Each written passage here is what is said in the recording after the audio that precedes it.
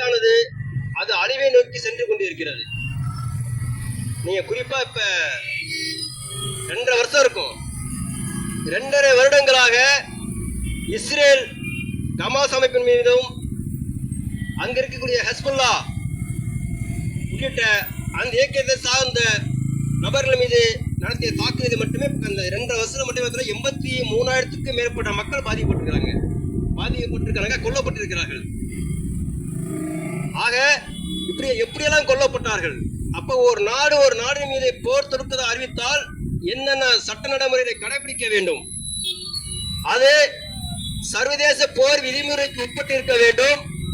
சர்வதேச நீதிமன்றத்திலே அவங்களுக்கு கொடுக்கப்பட்டுள்ள வழிகாட்டு நெறிமுறைகள் படி உட்பட்டிருக்க வேண்டும். இல்லைன்னா அதை எப்படி போர் குற்றமாக அறிவித்து அந்த போரை செய்த ராணுவ தளபதி மீதும் அந்நாட்டின் பிரதமர் மீதும் சர்வதேச நீதிமன்றத்தை நிறுத்தி வைத்து அவங்களுக்கு தண்டனை வழங்குறதுக்கு சட்டத்தில் இடம் இருக்கு. அப்ப இந்த போரில பத்தினாக்கா கடந்த 2.5 வருடங்களாக 83,000 மக்கள் கொல்லப்பட்டிருக்கிறார்கள்.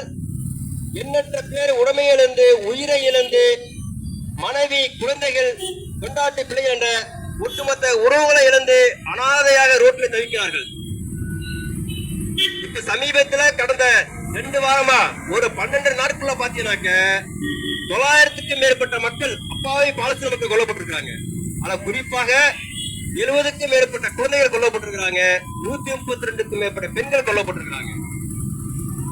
அப்ப இதெல்லாம் எதை வலியுறுத்துகிறது என்றால், பாலஸ்தீனத்திலே போர் என்ற பெயரிலே அமெரிக்க மேலாதிக்க வல்லரசு நாடான அமெரிக்கா, மேற்கத்திய நாடுகள் எல்லாமே இன்னைக்கு இஸ்ரேலுக்கு ஆதரவு அளிக்குது. இந்த பக்கம்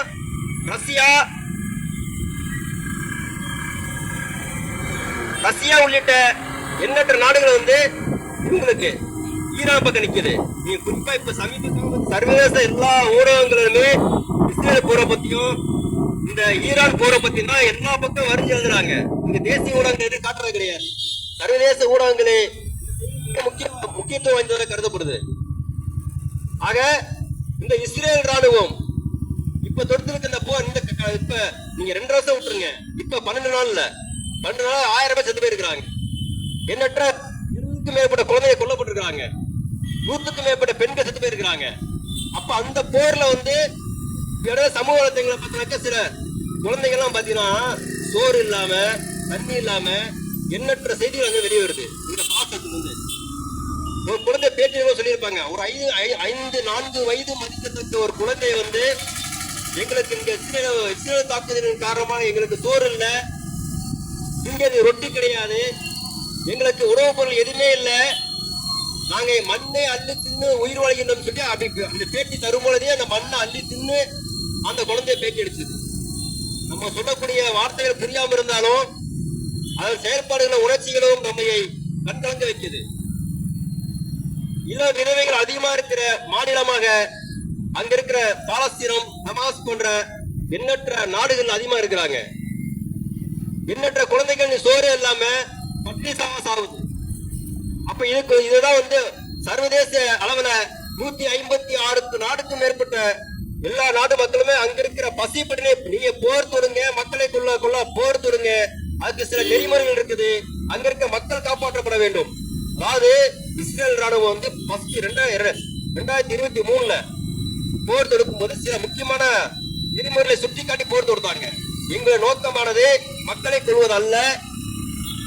முதலாவதாக நாங்கள் அங்கு ஈரான் இருக்கக்கூடிய மற்றும் அங்க இருக்கிற ஹெஸ்புல்லா இயக்கத்தை சேர்ந்த நபர்கள் மீது அவங்க அழிப்பதும், அந்த தீவிரவாத இயக்கத்தை ஒழிப்பதும், ராணுவ தளங்களை அழிப்பதும் தான் எங்களை இலக்காக சொல்லி போர் தொடுத்தாங்க. ஆனா இப்ப என்ன நடக்குதுனாக்க அதெல்லாம் முட்டி வழி திசை மாறி போய் 1 லட்சத்துக்கும் மேற்பட்ட மக்கள் கொல்லப்பட்டிருக்கிறாங்க, அதிகமாக குழந்தைகள் கொல்லப்பட்டிருக்கிறாங்க, மருத்துவ